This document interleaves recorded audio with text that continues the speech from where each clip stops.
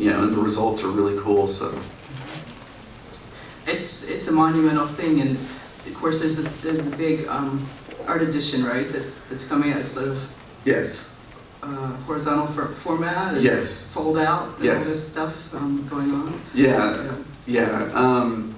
Because I don't know how many of you are super familiar with all my works, but for a long time now, pretty much since the beginning of Promethea, the double page spread has been sort of my thing, where I've wanted to find ways to command that. And so, of course there's been numerous different editions of Promethea throughout the years since the series ended, but one of the things we started thinking about is doing the book to where it's a landscape format. So each double page spread would now be a single page and fully allowing you to read the book in a way you have never read it before.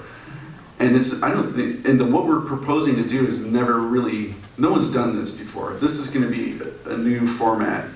And it was actually supposed to be out sooner than it's going to be because Sandman is taking up time and I have to do new work for the Promethea book.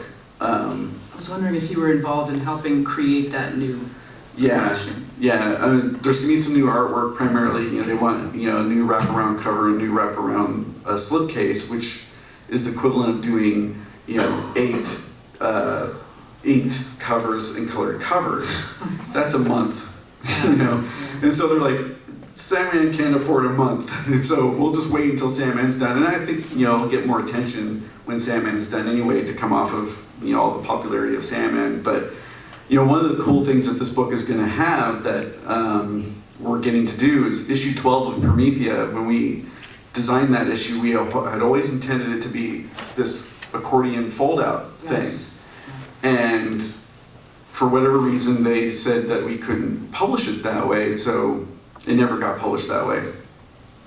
So when we set out to do this book, I brought that up, and they're actually going to do it, which is going to be amazing. So you're going to get to that point in the issue, and they're going to say, in the book, pull out the folder that comes with the book, and it's going to be 16 feet long. So because this book is the height of the Absolute, but twice as wide. So it's going to be pretty amazing. You might have to buy new homes first. So we're preparing you. You need a big enough space for this book. But I think, format-wise, it's going to be a game changer. If it does well, I'm hoping that they'll do some of my other works in a similar format because I do the double-page thing so much. So I'd love to see that with Sandman or Batwoman stuff. I think it'd be cool. Well, I haven't talked enough about Batwoman, probably. I'm sorry, I've been geeking out over the other stuff, but I know you all are into Batwoman. You were talking about telling different kinds of stories, and for me it seems like Batwoman brought in a lot of elements that were not always typical of superhero stories, like folktale elements. I heard you talking once about some of the mythology behind it, that it was stuff you were interested in, that you had heard from like the Hispanic community, right? Yeah. Things like that. So, as you've progressed in your career, have you had more freedom to bring weirder elements into superheroes? I mean, you were a writer on that too, which helped. Yeah, I think so. I mean, some of my favorite superhero comics, as a reader, have always been the stuff that would sort of push the convention of what superhero comics are supposed to be. Writers like Grant Morrison or Alan Moore, some of these guys, they would take the genre and push it into different territories. And so when we got the opportunity to do Batwoman, I thought it'd be great to do that with, especially because when Greg Rucka was writing the character on Detective Comics when I was drawing it, he introduced some of these supernatural elements in there, and that was kind of an unexpected thing. You don't normally see that in Gotham City, but of course Gotham City is going to have stuff like that. It's the DCU, right? I mean, any weird stuff can happen, so why not? And it reminded me of some of the comics in the 70s. I mean, there were some weird Batman stories in the 70s that had stuff, or even some of Doug Moench's stuff would have strange things like that. And I was like, well, just because it's Gotham City, it doesn't all have to be grim and gritty crime fiction. It can be grim and gritty crime fiction with a werewolf, Why not, And so we really wanted to push that. And then that led us to thinking of mixing genres further. So each story arc sort of had its own thing going on. genre-wise, and I thought that was kind of cool.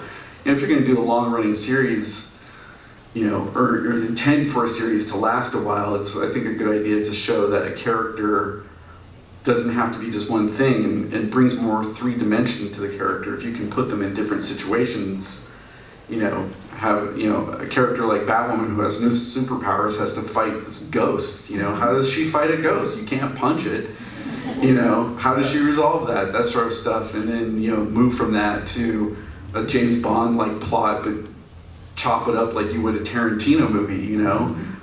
To a classic fantasy tale after that, where she's teamed up with Wonder Woman and fighting mythological gods and stuff. It's just really, why not? That's what makes it fun.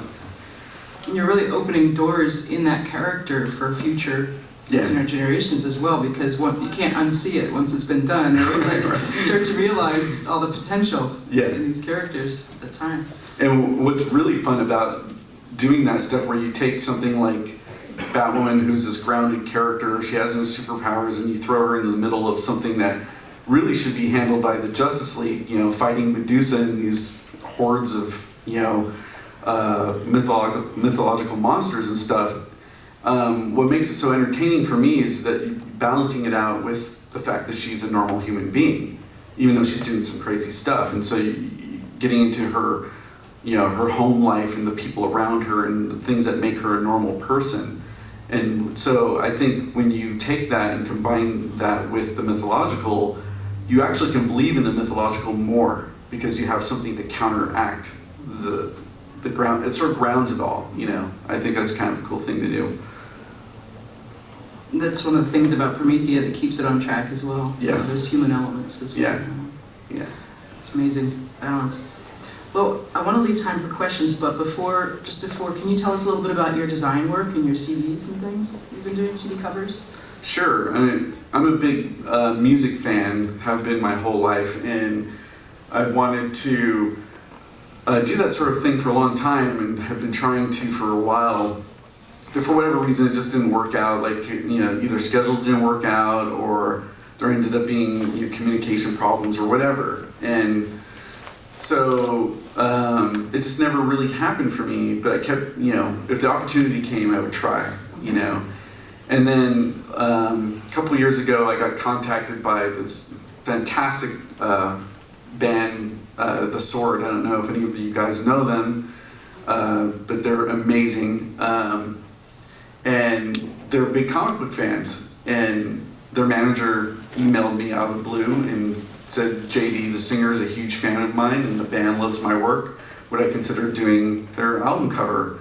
And I was like, absolutely yes. I was already a fan of them. And what was that was a really great experience, because they were so open to what I wanted to do. And the trick to it is, a lot of times when I hear from a music band who's seen my comic book work, they maybe have seen one project, they haven't seen all of them. Yeah. And with my projects being so diverse, I sort of have to, that's the first thing I have to talk about with them, is like, it's not going to be Batwoman, or it's not going to be Promethea, it's going to be The Sword, through what I think would be appropriate for the record. And they were completely open to that.